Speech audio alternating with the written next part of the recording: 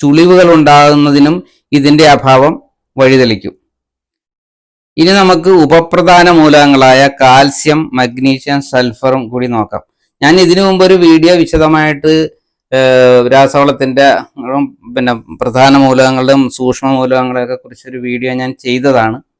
പിന്നെ ചിലർ ആവശ്യപ്പെട്ടത് കൊണ്ടാണ് ഇപ്പം വീണ്ടും ഞാൻ ഇത് ചെയ്യുന്നത്.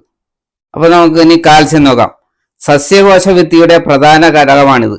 കൂടാതെ വേരുകളുടെ വളർച്ചയ്ക്കും കാൽസ്യം അത്യാവശ്യമാണ്. ചെടികളിൽ ഉണ്ടാകുന്ന അമ്ലങ്ങൾ നിർവീര്യമാക്കുന്നതും കാൽസ്യമാണ്. കൂമ്പിലയിൽ അഗ്രഭാഗങ്ങളുടെ വളർച്ച മുരടിപ്പ് ഒട്ടിപ്പിടിച്ചിരിക്കുന്നത് ഈ മൂലകത്തിന്റെ അഭാവം കാണിക്കുന്നു. അതുപോലെ തന്നെ വേരുകളുടെ വളർച്ചയും മുരടിക്കും. അതുപോലെ മുകുളങ്ങളും പൂക്കളും അസാധാരണമായി കൊഴിഞ്ഞു വീഴുന്നതും കാൽസ്യത്തിന്റെ അഭാവമായി കണക്കാക്കുന്നു. ഇനി നമുക്ക് മഗ്നീഷ്യം നോക്കാം. അതായത് ഇലകളുടെ പച്ചനിറത്തിൽ